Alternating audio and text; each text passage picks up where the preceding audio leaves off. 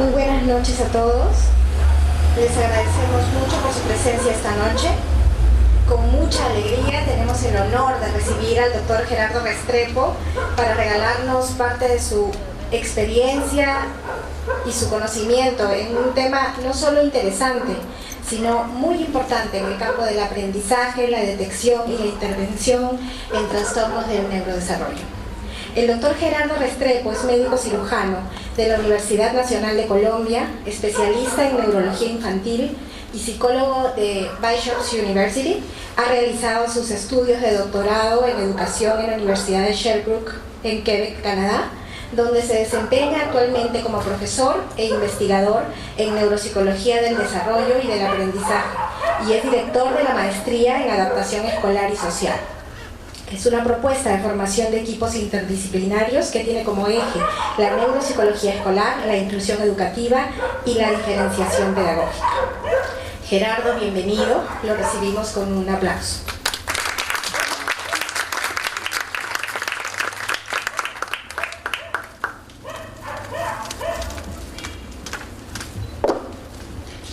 Muchísimas gracias, Roy.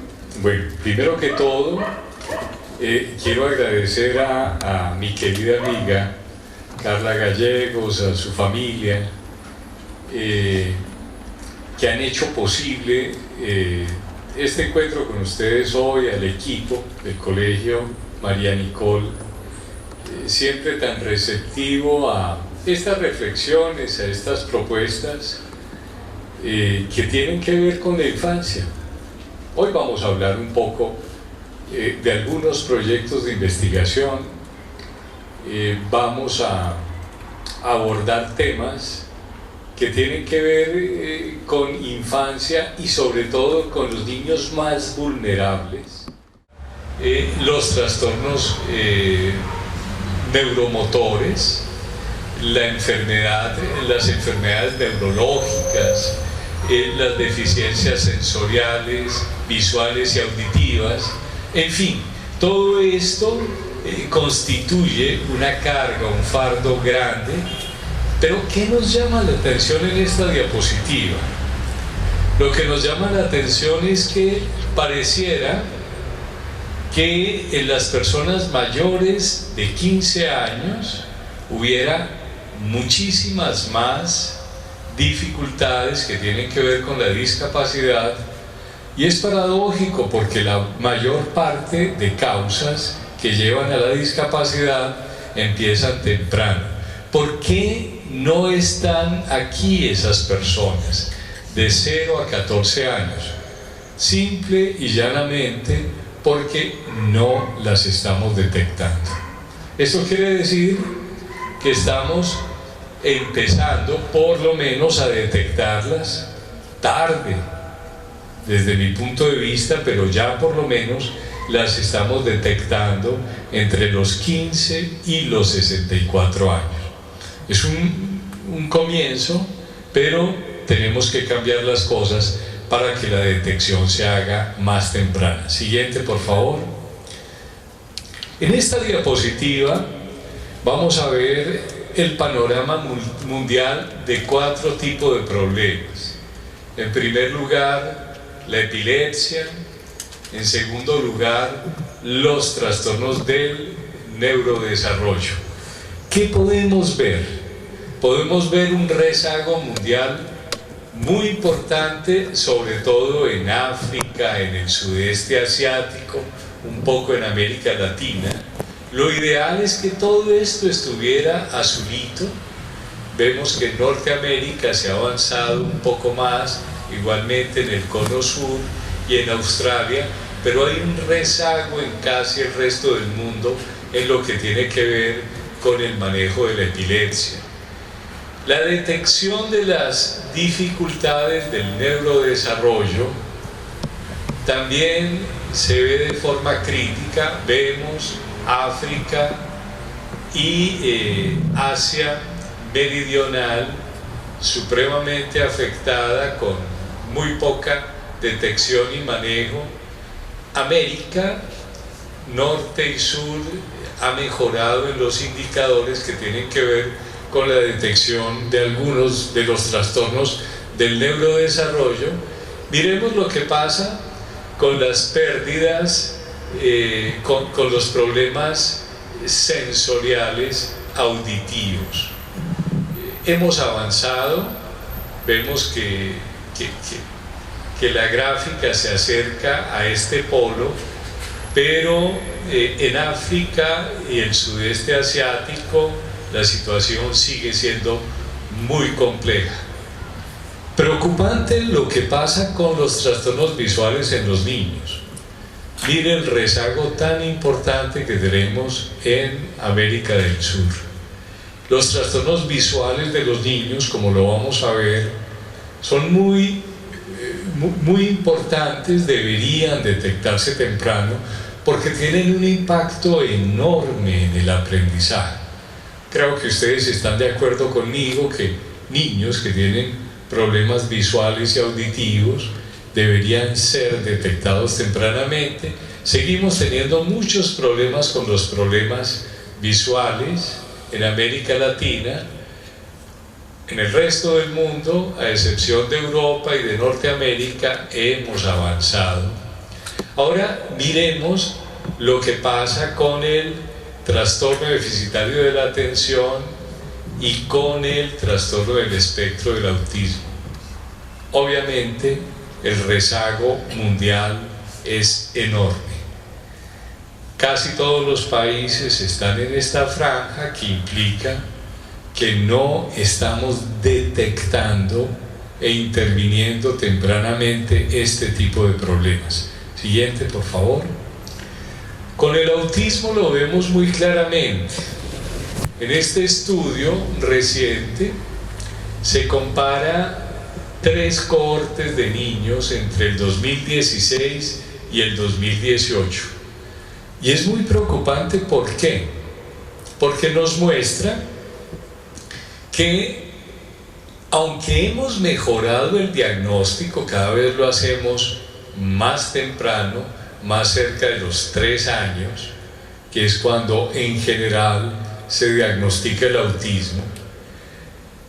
Desafortunadamente, el tiempo en que los niños empiezan a recibir la atención siempre es más tardío. Y nuestras familias reciben un diagnóstico de autismo, pero sin embargo, los procesos de intervención no llegan automáticamente. Es como si a las familias les dijeran hoy, su niño tiene un autismo, pero solamente en 6, 8 meses, 1 año, empiezan las intervenciones.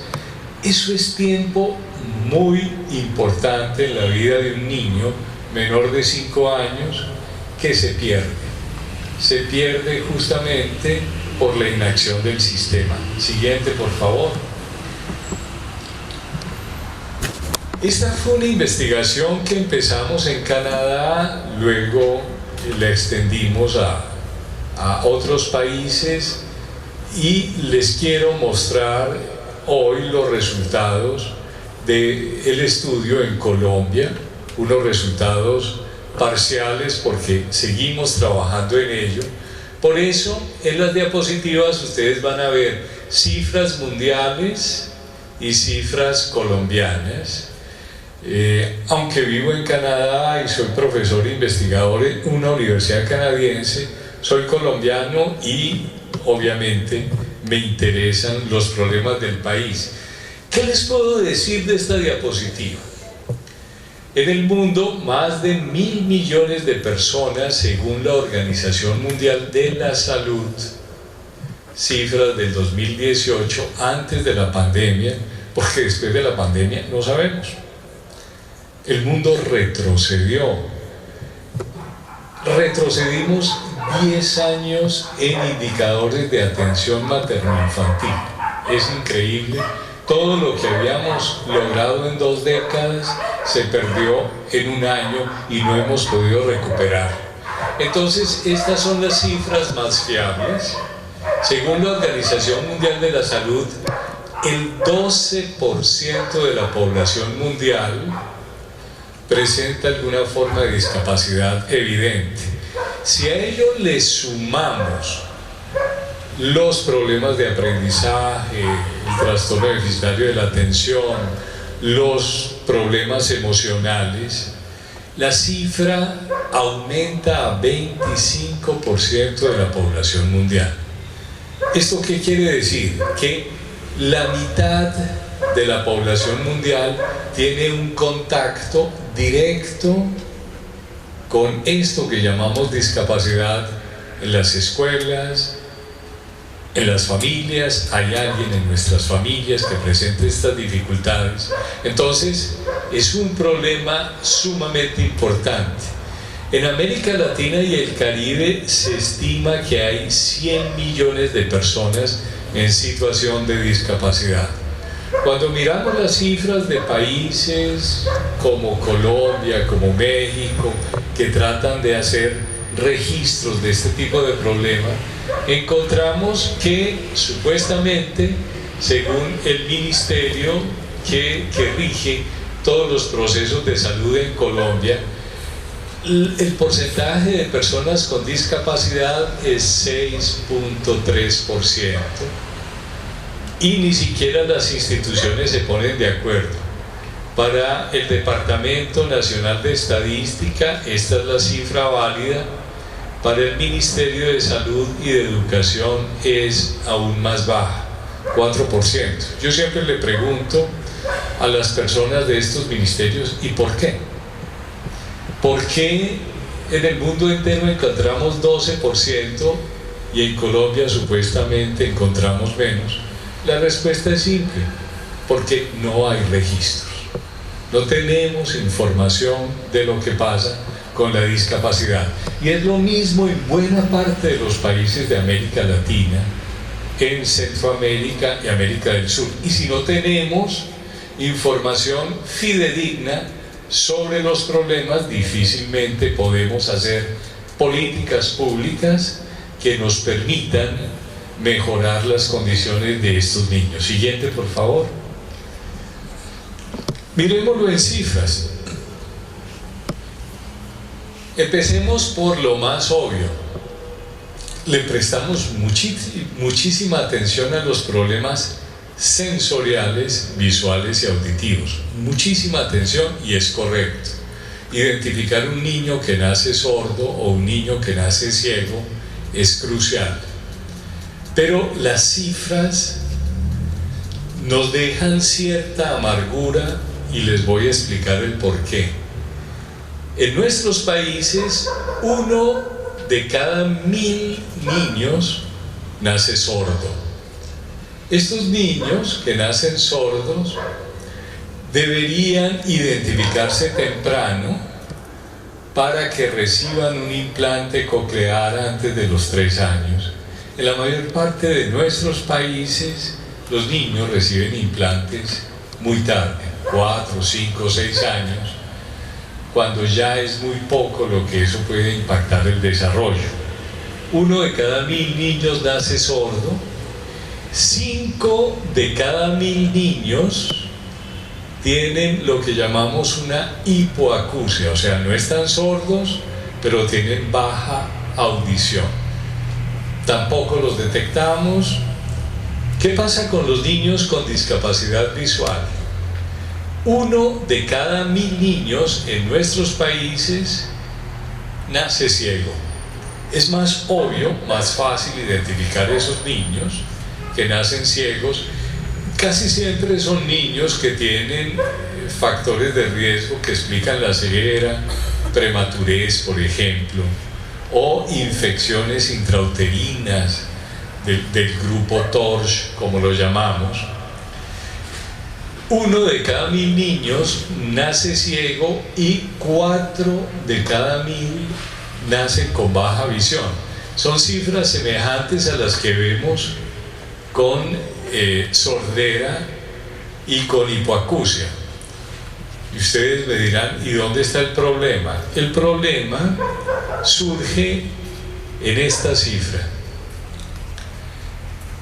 Como hemos mejorado notablemente la atención perinatal en el momento del nacimiento, hemos mejorado mucho. Muchos niños sobreviven no están ciegos, no están sordos, pero tienen pequeñas lesiones en las vías visuales y auditivas que limitan sus capacidades de aprender. Y eso es lo que llamamos los trastornos neurovisuales neurovisuales o neuroauditivos. ¿Qué quiere decir esto?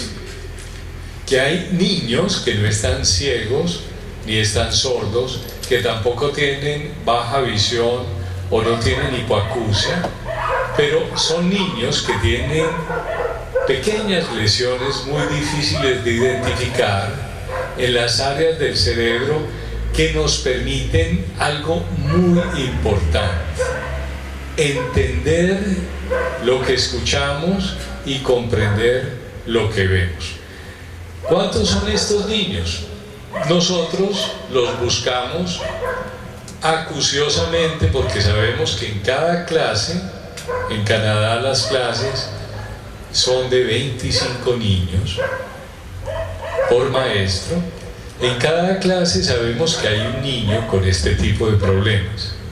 Las cifras son claras. Hay 7, según los estimativos mundiales, hay 7 de cada 100 niños, ya no hablamos de miles, 7 de cada 100 niños que escuchan muy bien porque no tienen problemas sensoriales, pero no comprenden lo que escuchan, y esto es muy grave. Y hay 4 de cada 100 niños, yo insisto, ya no hablamos de miles, es 4 de cada 100 niños que en nuestras escuelas ven, pero no comprenden lo que ven. Imagínense ustedes lo grave que puede ser eso. Una persona adulta que sabe leer o que reconoce caras y que tiene una lesión cerebral por la cual pierde la capacidad para leer o pierde la capacidad para reconocer caras, de la noche a la mañana esta persona nos dice: mire, yo tenía esa habilidad. Los niños no. Nacen y una pequeña lesión impide que desarrollen esa habilidad, y entonces no reconocen objetos, no reconocen caras, no pueden, por supuesto, empezar los procesos de lectura. Esos son los trastornos neurovisuales, y es 4 de cada 100 niños en nuestras escuelas y no los detectamos. Bastante preocupante. Siguiente, por favor. Bastante preocupante, y estos niños son, sin lugar a dudas, niños muy vulnerables. Siguiente, por favor. El panorama es desolador, es complicado. Existen muchísimos problemas que deberíamos detectar antes de los 5 años y no lo estamos haciendo. ¿Por qué debemos detectarlo antes de los 5 años? Porque esta es la etapa en la que el cerebro tiene más plasticidad y tenemos más posibilidades de que nuestras intervenciones educativas y terapéuticas tengan un buen resultado. Los estudios lo muestran de esa manera. Todos insistimos en que, sin lugar a dudas, las inversiones que hacemos en la primera infancia son fundamentales para crear el capital humano de nuestros países. Es fundamental que esto se haga temprano, y por ello, a nivel mundial, lo que recomendamos es que estos niños que pueden presentar vulnerabilidades se detecten antes de los 5 años. En países como Canadá, donde hacemos una detección sistemática de estos problemas, basándonos en una serie de cuestionarios muy simples que los padres y los maestros de los niños, los encargados de los jardines infantiles, llenan antes de los 5 años.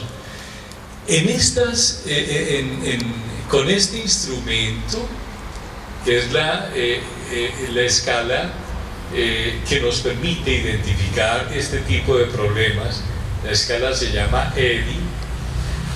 Gracias a estos instrumentos identificamos 25% de los niños menores de 5 años que son vulnerables, y al identificarlos empezamos a trabajar con ellos.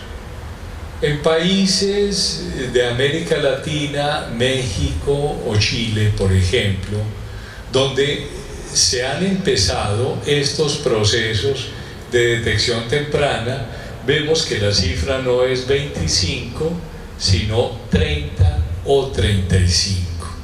35-30% de nuestros niños menores de 5 años son vulnerables.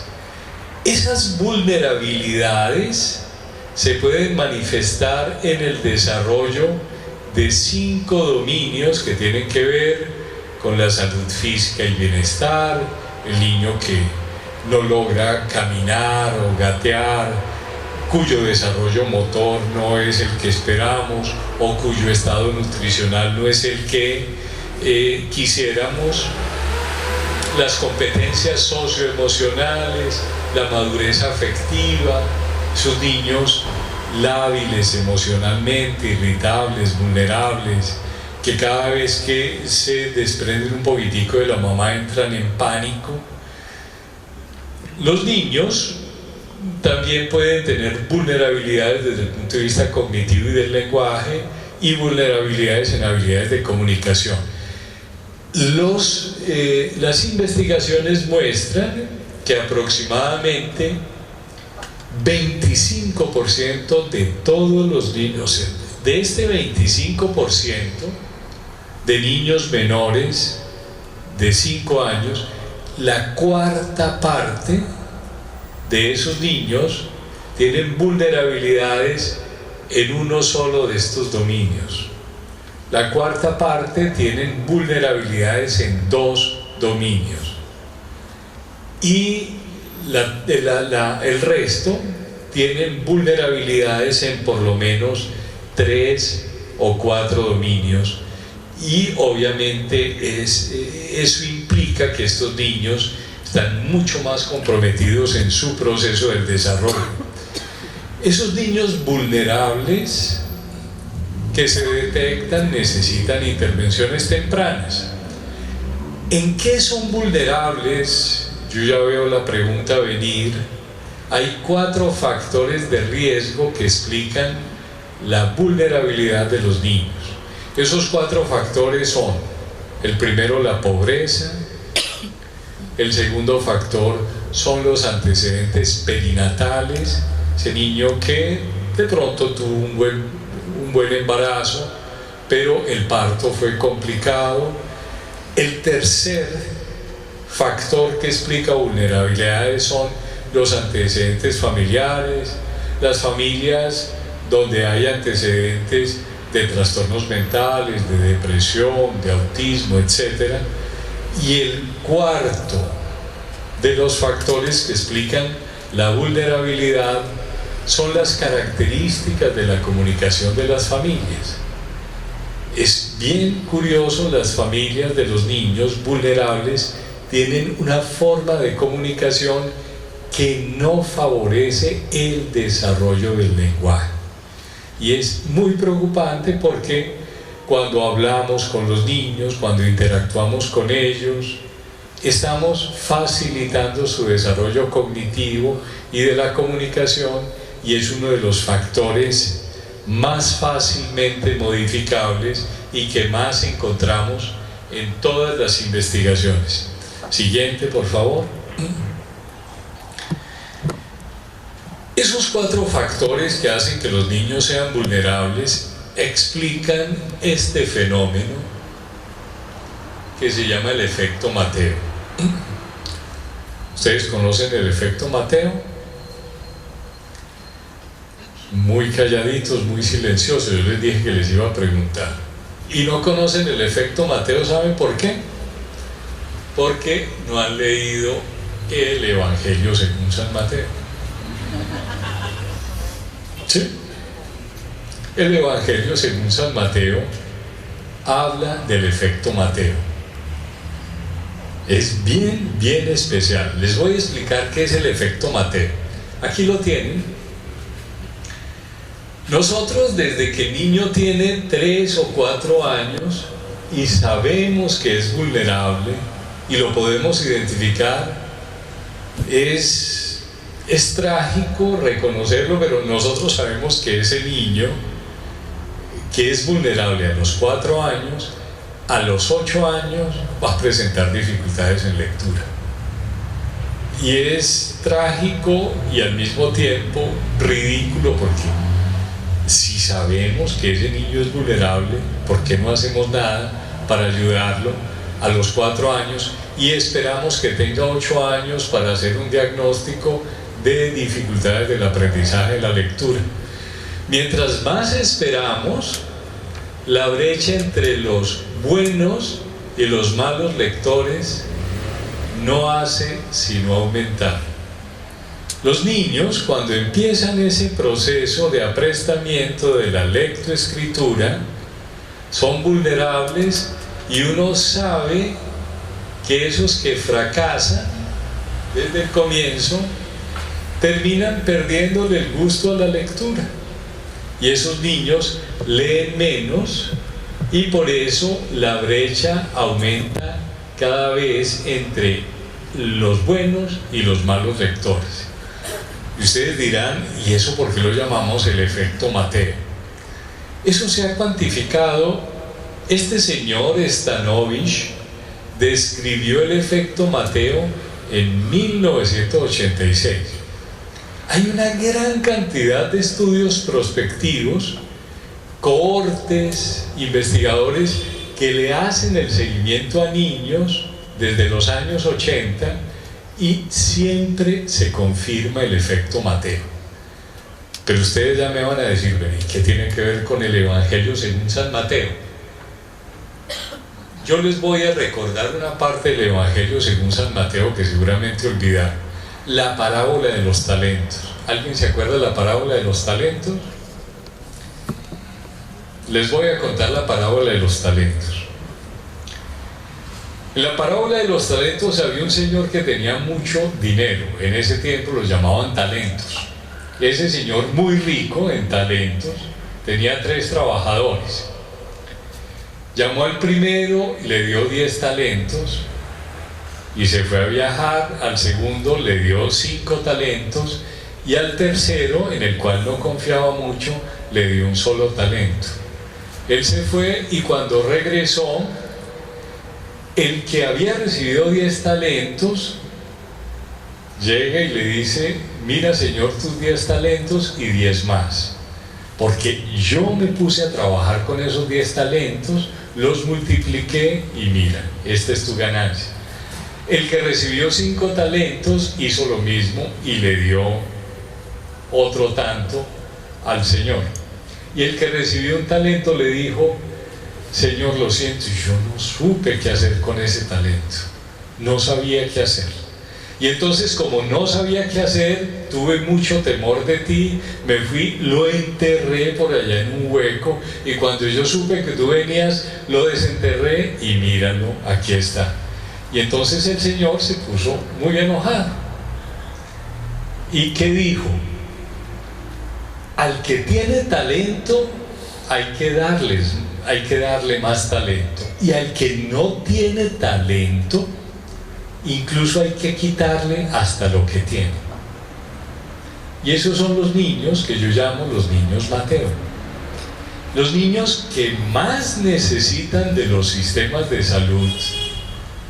Le negamos todo lo que necesitan para desarrollarse plenamente, y las escuelas hacen exactamente lo mismo. ¿Quién quiere un niño con dificultades del desarrollo? Nadie.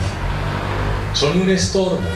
Las escuelas quieren sacarlo porque les bajan los promedios, porque supuestamente atrasan a los otros niños. Entonces, esos niños que son los que más necesitan, porque son los más vulnerables, les quitamos todo. Así como decía San Mateo, Al que no tiene, incluso hay que quitarle lo que tiene. Y por eso ese fenómeno se llama el efecto Mateo, y yo llamo a esos niños los niños Mateo. Siguiente. ¿Qué pasa con los niños Mateo? Les voy a contar una historia que ustedes conocen muy bien, pero se las voy a repetir. La escuela primaria se preocupa muchísimo de las habilidades de lectura. Es absolutamente necesario. Los niños necesitan aprender a leer porque la lectura facilita el aprendizaje. O sea, aprenden a leer y luego leen para aprender. Eso es obvio, y para muchos niños la lectura es un reto.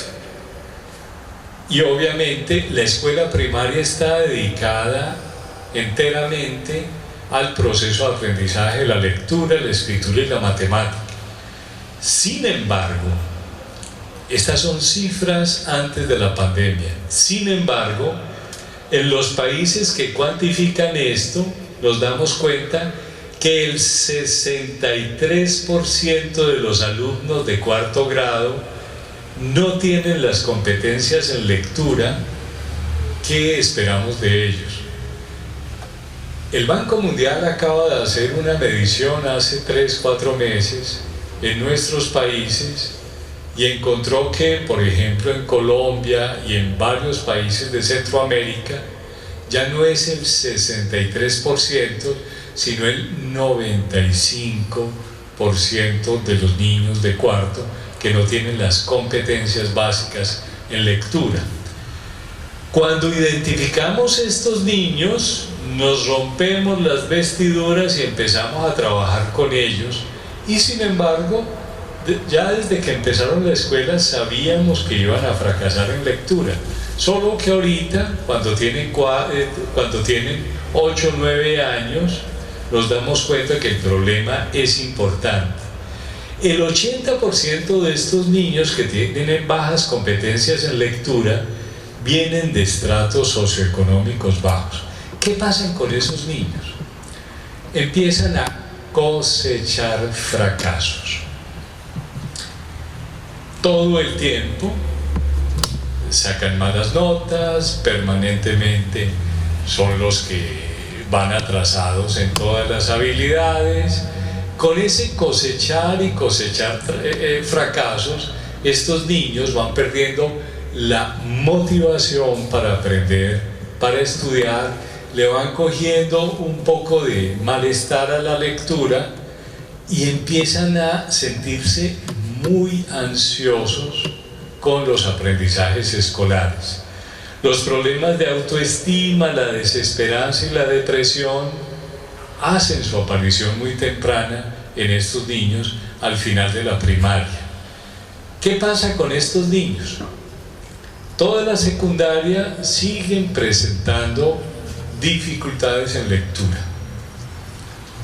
No leen, no aprenden, no le tienen gusto a la lectura. Y como no leen y no aprenden, obviamente el riesgo de abandonar la escuela es muy alto. Muchos de ellos abandonan la escuela y si la terminan no van a la universidad. Y ya en la adolescencia, cansados de tantos y tantos fracasos y tantas amarguras, ansiedades y depresiones, empiezan a encontrar en las calles una serie de sustancias con las cuales fácilmente disminuyen su ansiedad y su amargura.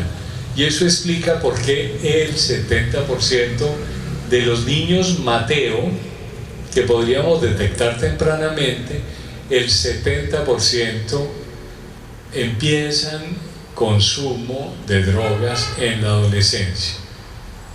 Peor aún, los sistemas penales y de policía saben que el 80% de estos niños Mateo, cuando terminen la adolescencia, ya están involucrados en conductas criminales. Es increíble. Llegan a la edad adulta, no han terminado la secundaria, consiguen empleos poco remunerados, el 67% ganan un salario mínimo o menos. Esto en los países que lo han cuantificado. Y a nuestros países, obviamente, el costo de fenómeno que es el efecto Mateo es bastante alto.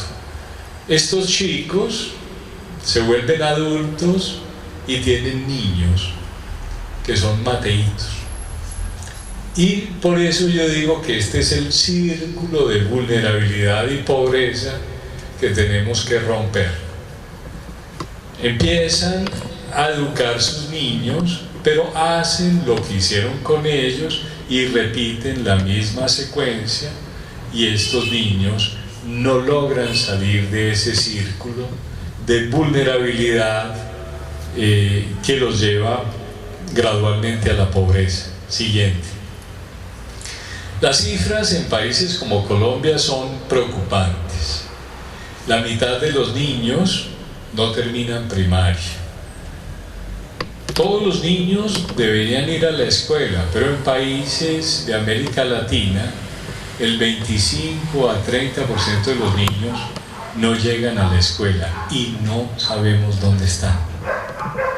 No sabemos porque no hay un seguimiento de estos niños. Y los que llegan a la escuela, la mitad no terminan la primaria, y los que logran terminar primaria, poco a poco van abandonando. En Colombia, por ejemplo, el 32% de los que empiezan la secundaria la abandonan, no la terminan. Son niños Mateo, como yo los llamo. Siguiente, por favor. Son mateitos, y estas son cifras de América Latina. Cuando estos niños tienen discapacidad, obviamente la posibilidad de terminar la escuela primaria es mucho menor. Tanto niños como niñas se ven afectados, y las cifras no hacen sino aumentar porque no los identificamos tempranamente. Siguiente, por favor. Es un panorama bastante preocupante, muy terrible, y esto nos llevó a preguntarnos qué pasa. ¿Qué pasa? Lo habíamos hecho en otros países, lo hicimos en Colombia, y nos dimos cuenta que hay un problema importante porque no detectamos las dificultades del desarrollo y del aprendizaje tempranamente. ¿Cuándo? Antes de los 5 años. Después de la pandemia, el problema no ha hecho sino agravarse. Siguiente, por favor. Y se agrava porque no tenemos cifras. Y si no tenemos cifras, no podemos hacer políticas públicas fiables. Si no sabemos cuántos niños vulnerables tenemos en nuestros países, si no tenemos programas de detección temprana, muy difícil que podamos hacer algo por ellos. Siguiente. Bueno, eso nos llevó a formular este proyecto que estamos en este momento implementando en varias regiones de Colombia. En unas regiones está más avanzado que en otras. Lo empezamos en Chile igualmente. Queremos hacerlo en la mayor parte de países de América Latina.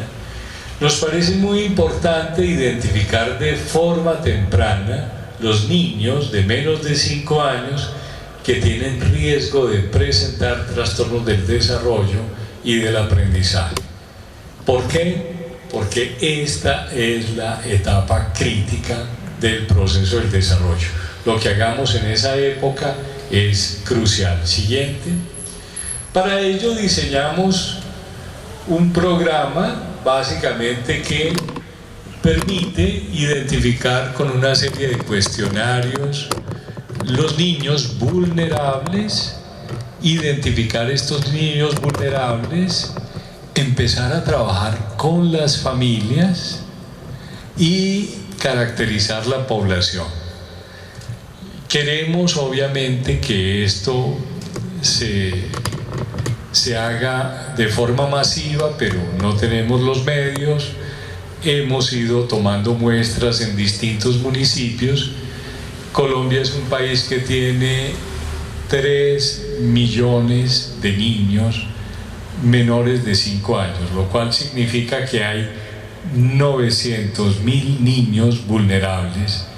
No sé cuántos menores de 5 años hay en Perú, pero la cifra debe ser semejante a la colombiana. Siguiente, por favor. Lo que queremos con este proyecto, lo que hemos venido logrando es desarrollar capacidades en los hogares de protección a la infancia, en los sitios que hacen la atención y que nos permiten detectar los niños. Podemos identificar estos niños y crear sistemas de vigilancia epidemiológica de los niños vulnerables. Si lo hicimos con una pandemia, ¿qué nos impide identificar niños vulnerables y poner toda la sociedad a trabajar por ellos? Buscamos crear mecanismos en la sociedad para evitar lo que llamamos el efecto Mateo. El efecto Mateo, ya lo conocen hoy, es el resultado de la inacción social. Lo que no hacemos por los niños antes de los 5 años nos sale muy caro, supremamente costoso. Siguiente. Para ello entonces diseñamos todo un programa de capacitación y creamos una vacuna, entre comillas, contra el efecto Mateo. Una vacuna donde la primera dosis es la aplicación de un cuestionario que nos permite identificar los niños vulnerables. La segunda dosis es la caracterización de esos niños. Y la tercera dosis, que es el refuerzo, nos permite orientar recursos para trabajar con esa población que tiene algún tipo de discapacidad. Siguiente, por favor. Y ese programa tiene 3 fases. En la primera etapa, básicamente con una ficha comunitaria, identificamos los niños vulnerables. Tenemos, por supuesto, que capacitar las personas que hacen la colecta de datos para que puedan tomar información fidedigna en las familias. Difundimos los programas en prensa, radio, televisión, y esto nos permite identificar 30% de niños por debajo de los 5 años que son vulnerables. Con estos niños vulnerables, ¿qué hacemos? Empezamos a trabajar con los papás y empezamos la segunda etapa. La segunda etapa es la caracterización de esos niños. Aplicamos escalas del desarrollo, vemos qué es lo que explica los retardos en el desarrollo de estos niños y trabajamos con los niños y las familias vulnerables y capacitamos los equipos interdisciplinarios. Y con esto llegamos a la tercera etapa, donde encontramos que de ese 30% de niños vulnerables, la mitad tienen alguna forma de discapacidad. Bastante importante es la cifra. Caracterizamos estos niños, los asignamos una serie de recursos profesionales para que los apoyen y empezamos a tratar de cambiar la trayectoria del desarrollo de los niños. Yo ya veo la pregunta venir: ¿y qué hacen con las familias? Porque hay que hacer algo con estas familias vulnerables que detectamos. Son papás mateos y niños mateos que no saben leer. Son papás que tienen una lectura funcional, pero que no les gusta la lectura. Y no les gusta la lectura porque nunca aprendieron a leer. Entonces a esos papás y a esas familias les enseñamos a contar cuentos y les pedimos que se filmen o los filmamos, y esos papás empiezan a contarle cuentos a sus niños y la dinámica de comunicación de las familias empieza a cambiar.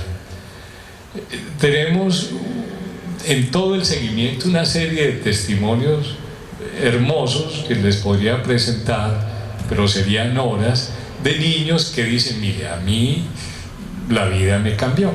Llevo 3 años en el proyecto Mateo y yo nunca había visto mis papás contándome cuentos. Ahora mi papá llega del trabajo, se ducha, se pone la mejor pinta, el mejor vestidito y se sienta a contarme cuentos y disfrutamos, y el papá lo hace porque sabe que lo están filmando. Y los papás se apropian de ese papel de contar cuentos. Contar cuentos no es fácil. El efecto que tiene contar cuentos sobre el cerebro de los niños ha sido muy bien caracterizado. Eso tiene un efecto en el desarrollo del lenguaje, de las funciones ejecutivas, que nos daría para otra charla completa. Ha habido estudios de imágenes cerebrales que muestran el antes y después de la activación de ciertas zonas del cerebro cuando los papás le cuentan cuentos a los niños. Y lo más importante, empezamos a romper el efecto Mateo. Estos papás se involucran en la educación de sus niños y la dinámica cambia completamente. En esta tercera etapa sí encontramos una gran cantidad de niños con discapacidad y allí requerimos intervenciones más complejas. Siguiente, por favor. ¿Qué encontramos en esa tercera etapa? Encontramos, ¿ustedes se acuerdan las cifras? Yo les había dicho que 1 de cada 1000 niños nace sordo, ¿cierto? Encontramos 2 de cada 1000 niños sordos. Encontramos 5 de cada 1000 niños que no oyen bien, con hipoacusias. Encontramos 7.5% de niños con problemas refractivos, que les ponemos gafitas, ningún problema. Encontramos casi 1% de estos niños que tienen baja visión. Encontramos 2 de cada 1000 ciegos. Y lo más preocupante, empezamos a encontrar 4 de cada 100 que ven, pero no entienden lo que ven. Están ya en la escuela. 7 de cada 100 oyen, pero no entienden lo que oyen.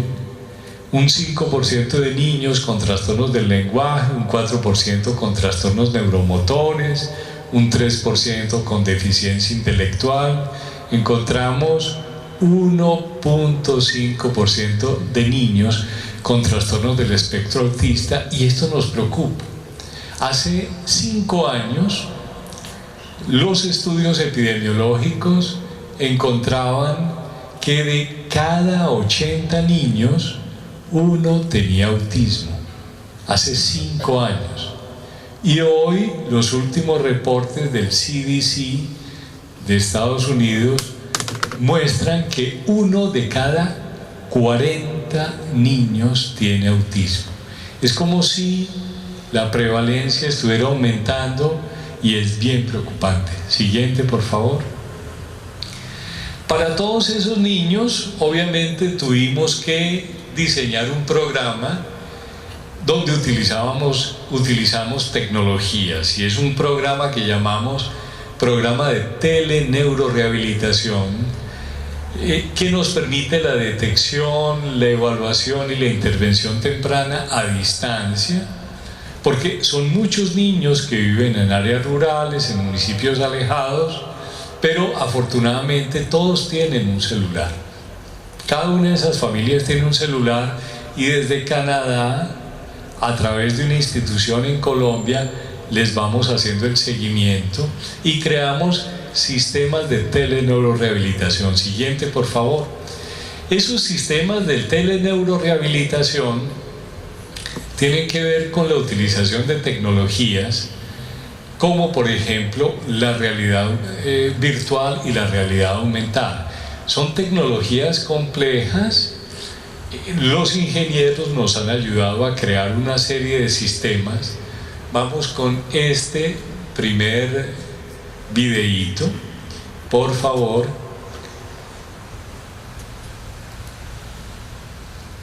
No, antes. Perfecto. Narrativas de realidad extendida para niños sensorialmente diversos. No todos perciben el mundo como tú.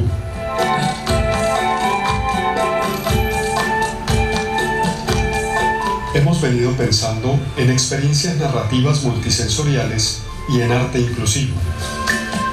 Juego interactivo para aprender acerca de la cultura chimú.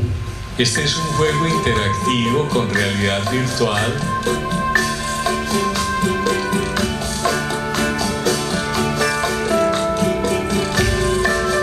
Satreno, fonoaudióloga virtual. Este es un sistema, una página web que permite intervenciones fonoaudiológicas a distancia. Ahora estamos explorando nuevas narrativas del arte, experiencias sensoriales para aprender en un contexto inclusivo acerca de animales silvestres de Colombia. Y los ingenieros empezaron a crear algunas piezas de arte inclusivo y creamos algunas nuevas. Una serie de máscaras virtuales y unas piezas tridimensionales la idea de que traerlas a la vida en el mundo digital y generar nuevas experiencias. Creando escenarios inclusivos en realidad extendida, donde los niños con diversidad sensorial tienen diferentes experiencias interactivas mientras aprenden sobre nuestra biodiversidad. Y empezamos a crear los ingenieros todas estas imágenes en realidad virtual muy reales, y con ellas creamos como una especie de bosque virtual.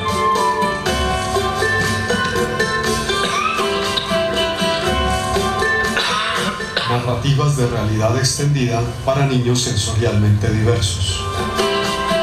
En ese bosque virtual los niños van acompañados de sus padres y son niños todos con deficiencias sensoriales, y utilizamos los guantes de realidad virtual, los chalecos de realidad virtual y las gafas para que ellos exploren los animales, los toquen. Son animales virtuales que son el producto de toda una creación, de una serie de registros que hemos hecho, y creamos un laboratorio de realidad virtual que nos permitió la intervención a distancia. Vamos con con este segundo video.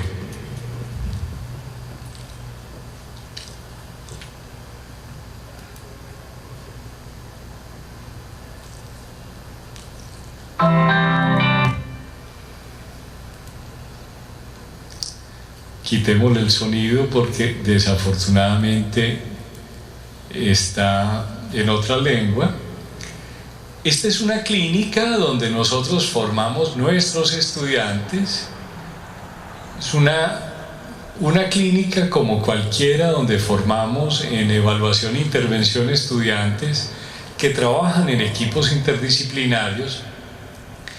Lo interesante es que lo que ustedes ven en las pantallas está muy lejos.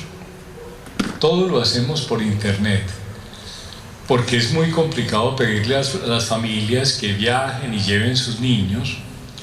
Empezamos a hacerlo en Canadá, porque Canadá es un país enorme y se requiere este tipo de cosas. Todo esto lo podemos hacer con unas cámaras 3D 360, cámaras que permiten las entrevistas de los niños, de las familias a distancia. Somos 3 profesores investigadores que trabajamos con esto, y esto nos ha permitido llegar a rincones donde antes no se llegaba, primero en Canadá y ahora a zonas rurales de países en América Latina, por ejemplo. Esta es una mamá que nos está contando un poco la experiencia con sus niños después de varios años de intervención. Este señor ya lo conocen. Si quieres, apaguemos ya este video porque tal vez ya lo esencial Entonces creamos una clínica virtual obviamente conectada a internet, donde de forma segura se recolectan todos esos datos y nos permite hacerle el seguimiento a distancia a todos esos niños vulnerables, a los niños Mateo, y lo que se requiere fundamentalmente son celulares conectados a internet, como lo tienen prácticamente todas las personas. El siguiente paso fue crear unas guías de manejo, unos protocolos de atención. Desarrollamos una plataforma tecnológica que nos permite guiar la detección. Implementamos un sistema de alerta epidemiológico y activemos ese video. Creamos un laboratorio de realidad virtual en Colombia. Con la inauguración del laboratorio de realidad virtual y la realización del coloquio científico internacional, se inició la segunda parte del proyecto colaborativo Narrativas, Realidad Virtual y Deficiencias Sensoriales.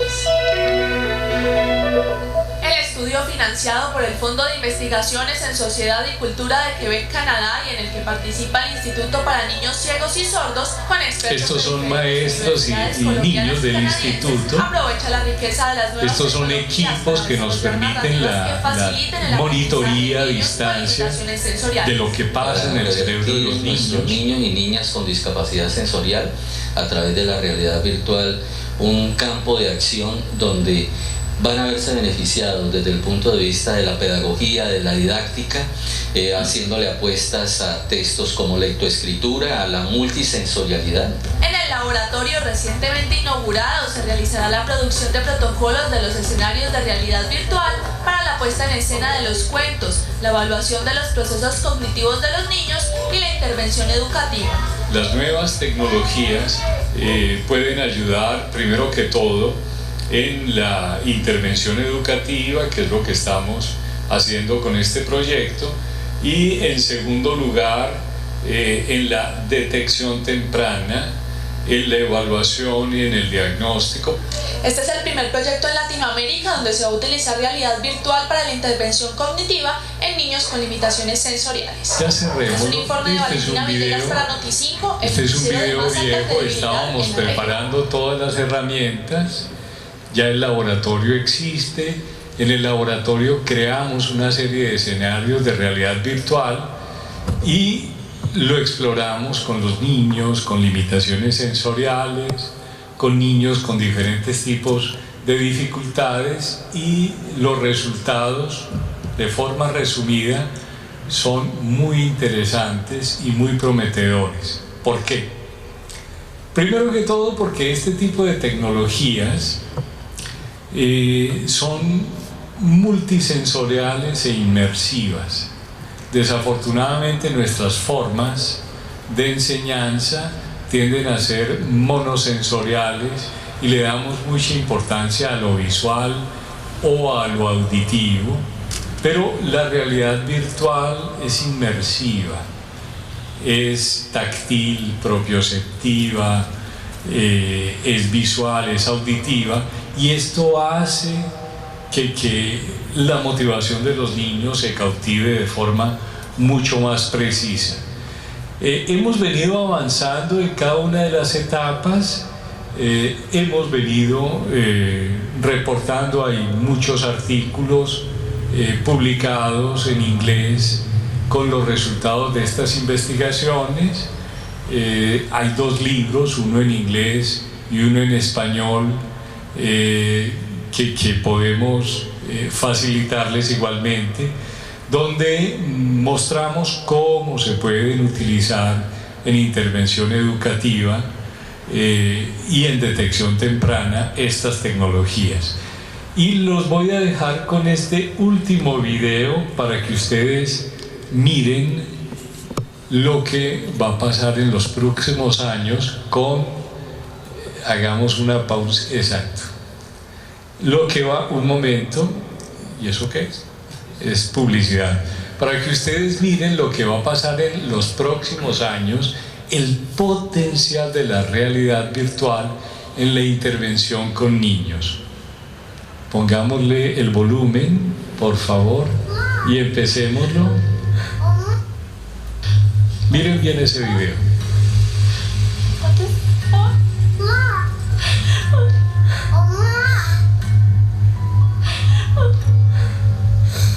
엄마 어디 있었어? 엄마 내 생각했어? 맨날 나도 해. 엄마 많이 보고 싶었어. 엄마도 나 보고 싶었어.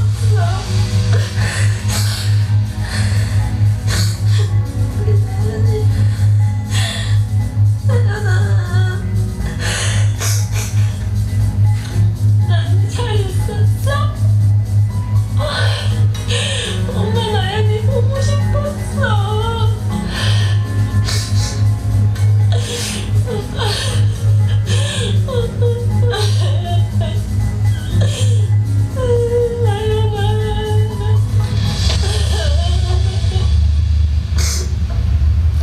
한 번만 만져보고 싶어.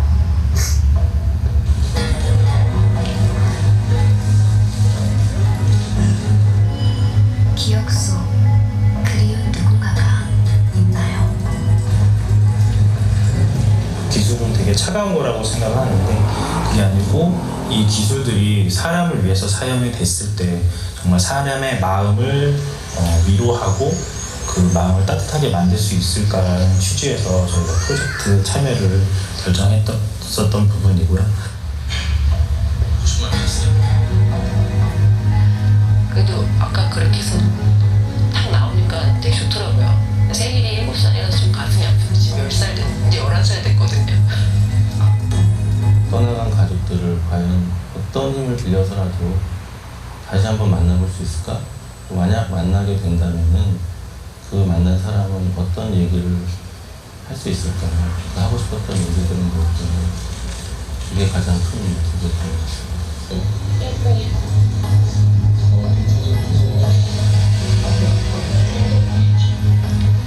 El potencial en la intervención educativa con los niños es enorme, eso es impactante, obviamente. Hicieron posible que una mamá que había perdido su niña se despidiera de ella, unos años después hiciera el duelo. Con los niños con limitaciones sensoriales, visuales, auditivas, lo que observamos es que la experiencia de alguna manera despierta todos sus sentidos, genera una motivación enorme y de esta forma facilita mucho el proceso de aprendizaje. Eso es lo que vamos a ver en los próximos años y hacia allá avanzamos con la última etapa de nuestro proyecto, al cual están invitados. La idea de difundir estas investigaciones es que podamos seguir utilizando la realidad virtual en comunidades lejanas, en nuestros países, y que ella esté al servicio de la detección temprana y de la intervención con los niños que tienen dificultades. Muchísimas gracias por su tiempo y ya podemos terminar.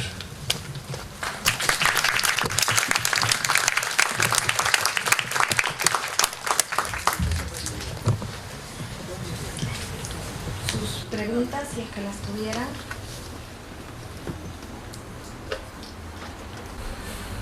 A ver.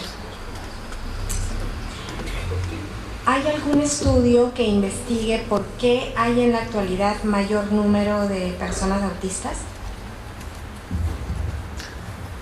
Sí, es una excelente pregunta. Hay varios estudios que tratan de responder esta pregunta. No lo sabemos pero sospechamos que tiene que ver mucho con la contaminación del ambiente. Un estudio muy reciente que se hizo en un país nórdico, en Dinamarca, mostró algo muy preocupante. Ustedes saben muy bien que las pilas de litio que utilizamos para los celulares y para buena parte de los computadores y todo esto se desechan y de pronto no se reciclan como debe ser. En algunas zonas de estos países nórdicos se ha encontrado un aumento importante de la concentración de litio en el agua, que posiblemente tenga que ver con esas baterías, y eso se ha encontrado correlacionado con el incremento de casos de autismo. No existe una relación causa-efecto, hasta el momento nadie la ha probado, pero sí existe una correlación. Me parece que es preocupante. Más niveles de litio y de otros tóxicos en el ambiente y más autismo. Para mí puede haber una relación importante, pero nuevamente se necesitaría un estudio de causalidad para confirmar esto, pero hacia allá vamos. Creo, en mi opinión, que es la toxicidad, la cantidad de polución de distintas razones en el ambiente que puede explicarlo. ¿Han visto el trabajar esta tecnología con niños con autismo? Bueno, muchas gracias, es una pregunta maravillosa. Estamos trabajando en ello.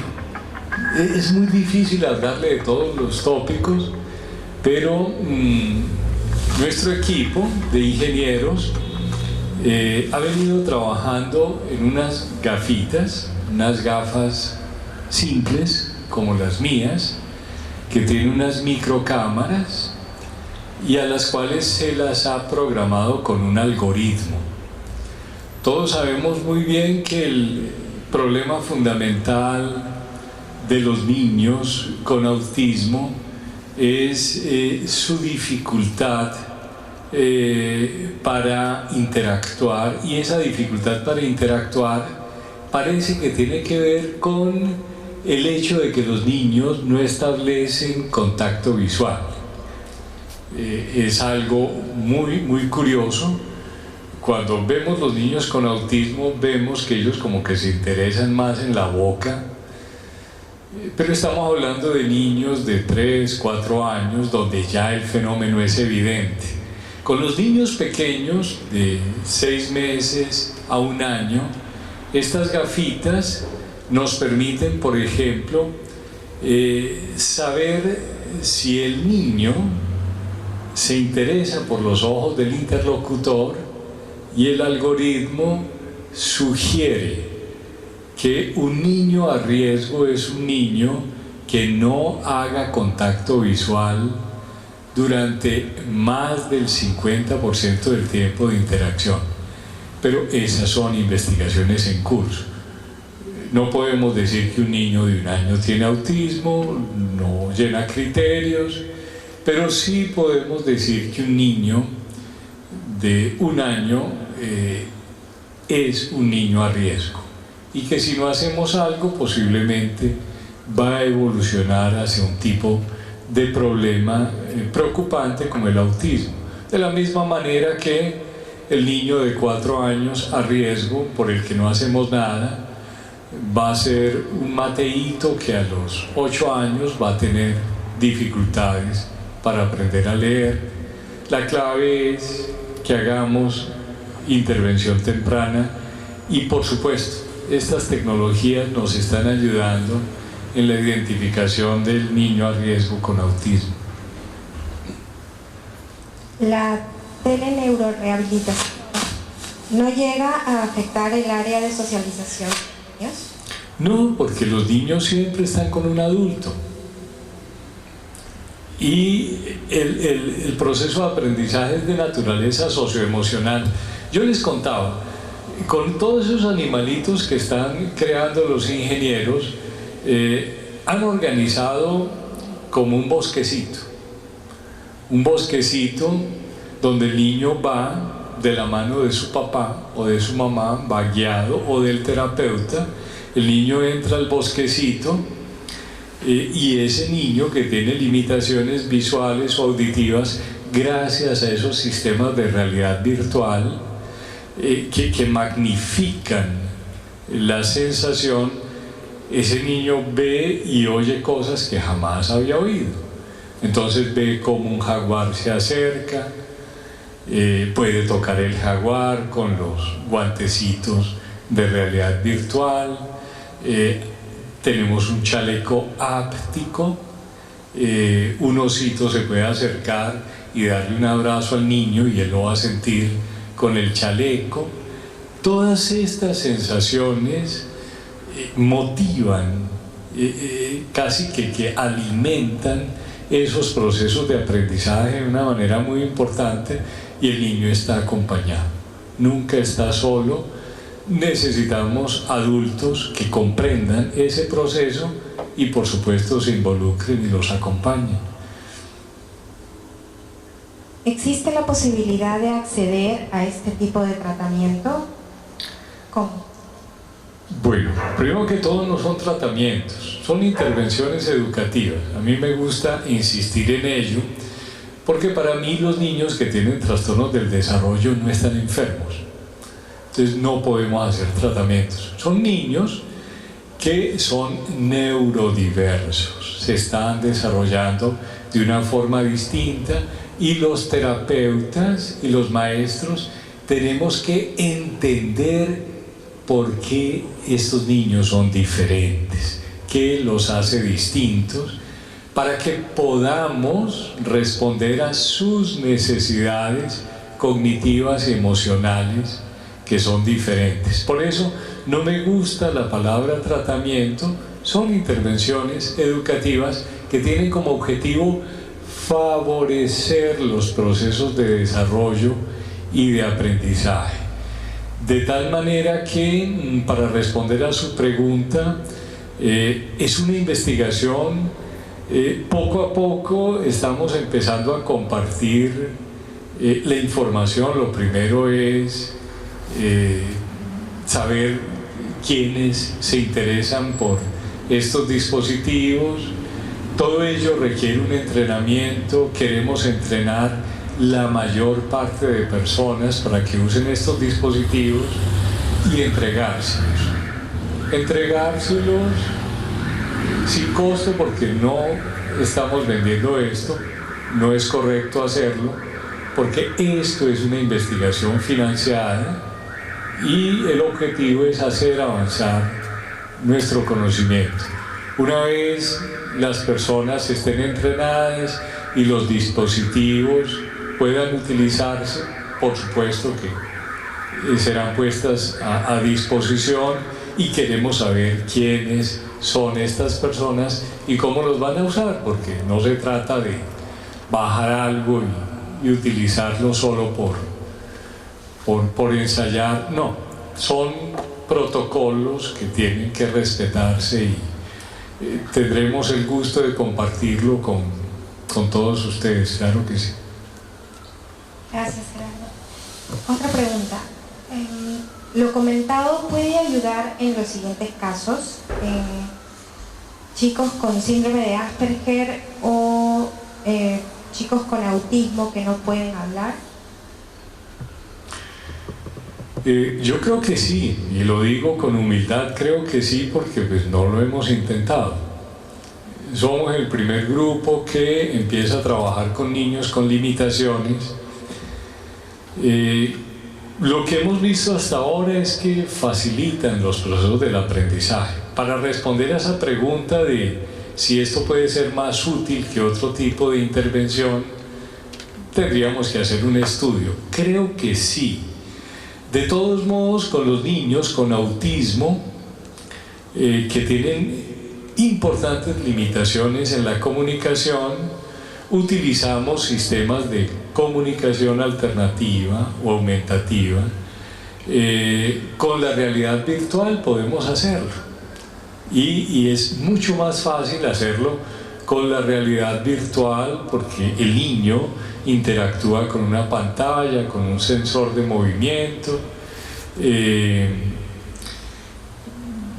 No creo que haya, digamos, algo que no pueda utilizarse en ese contexto, pero nuevamente soy prudente porque apenas estamos empezando a utilizarlo y no existe, en mi opinión, ningún estudio que lo haga de esta manera. Hay otros grupos que están creando avatares para los niños con autismo. Nosotros lo que hemos hecho hasta ahora es que con las máscaras que ustedes vieron en el pequeño video, con las máscaras las montamos en tabletas, y entonces el niño toma la tableta, la levanta, y cuando hay un contacto visual, la máscara se le pone en la cara al niño, y el niño se convierte en el animalito, y el niño y el sistema facilita de esta manera la expresión de las emociones en los niños, porque el sistema nos permite identificar si el niño está contento, está triste, está sorprendido. Nos permite identificar las 6 emociones de base, y bueno, para nosotros ya eso es algo importante. Creo que eso puede facilitar los procesos de comunicación en los niños con autismo, pero nos queda mucho camino por recorrer.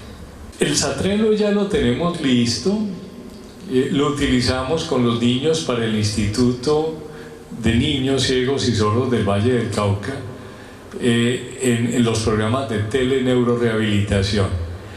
Muy pronto va a estar abierto, alojado en el sitio web de la institución,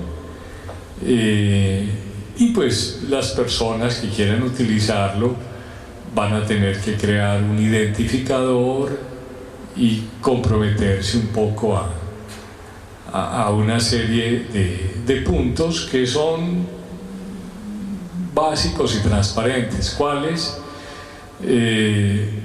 Pues que el sistema permita capturar la información sobre los tipos de dificultades de los niños, porque es investigación. Para nosotros es muy importante saber quién lo está utilizando, por qué y cuál es el efecto en los distintos tipos de trastornos del lenguaje. Eso hace parte de la investigación. Entonces, llegado el momento, ustedes van a poder contactarnos, les damos acceso sin costo, y el interés es que se unan a nuestros equipos de investigación alimentando el sistema con datos. Gracias. Esta es una pregunta de opinión. ¿Qué tipo de discapacidad consideras tú que es la más difícil para que una persona pueda salir adelante?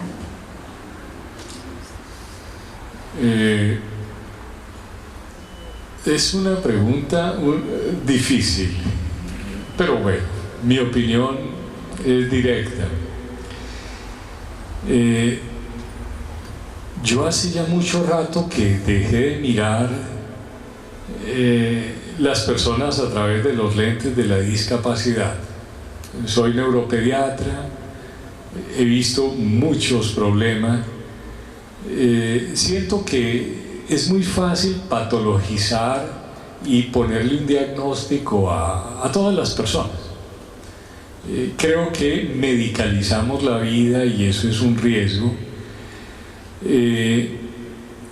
Por eso me parece que no se trata de clasificar a alguien como en una forma de discapacidad Mira a los niños que tienen autismo o un trastorno deficitario de atención, difícilmente encuentra uno o dos igualitos. Cada uno es muy distinto. Finalmente es la neurodiversidad. Cada ser humano es muy diferente. Cuando los miramos con la mirada del déficit, siempre vamos a encontrar algo que lo haga más vulnerable y digamos que lo ponga en desventaja. Pero a mí me parece que es más importante, más que los déficits, tratar de entender en qué son buenos los niños. Cuando mis estudiantes empiezan a describirme los niños con dificultades, yo los dejo hablar y les digo, bueno, pero ya está bien, ya me has dicho muchas cosas negativas, ahora dime alguna cosita buena del niño sobre la cual podamos trabajar. Y ellos empiezan a entender que es muy importante encontrar las fortalezas. Trato de enfocarme más en eso y no tanto en las discapacidades. Si nosotros miramos la discapacidad como el grado en el cual la persona se aleja de eso que llamamos normalidad, vamos a terminar siempre frustrados. ¿Por qué? Porque siempre vamos a hacer intervenciones con el objetivo de que los niños se normalicen, y ustedes saben que eso no es posible. No es posible. No trabaja ni trabaja con ellos, pero normalizarlos, ese concepto de normalidad no es fácil de sustentar. Preferible apoyarlos para que se desarrollen y tratar de responder a sus necesidades. Esa es mi opinión. Desde ese punto de vista, pues, todos tenemos retos en nuestros procesos de aprendizaje y desarrollo. Gracias, Gerardo. Y la última pregunta. ¿El proyecto incluye algún abordaje emocional de la familia? Sí, por supuesto.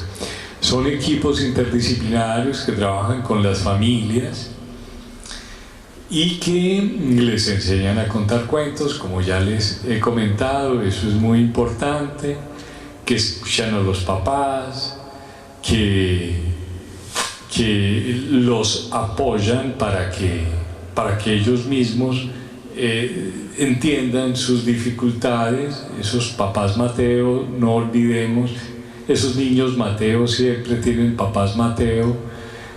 Sí, son abordajes integrales, obviamente. Las familias sufren mucho con este tipo de dificultades y necesitan apoyo. No podemos solamente hacer apoyos cognitivos o apoyos con realidad virtual a distancia. Esas familias necesitan siempre a alguien que las escuche. Y eso es muy importante. Gracias, Gerardo. Nos ha llegado una pregunta más. ¿Qué filtros se aplicarán para el uso del material que brinda el proyecto? No, el filtro es que sepamos quién lo va a utilizar, que la persona se entrene. Ponemos nuestra experiencia a disposición de esas personas. Si tenemos que venir para entrenarlos, vamos a entrenarlos. Básicamente queremos que esto se utilice por el bien de los niños. Si existe un filtro, no vamos a dejarlo vender, porque esto no es nada comercial. Ese yo creo que sería el filtro más importante.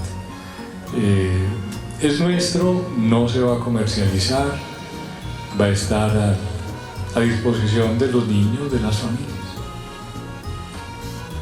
Muchas gracias, Gerardo, y nada más que agradecerte enormemente por esta noche, por compartir tu experiencia y tu conocimiento. De verdad ha sido un placer el tenerte con nosotros. Les agradecemos a todos por su presencia. Nada más, gracias nuevamente. Muy amables.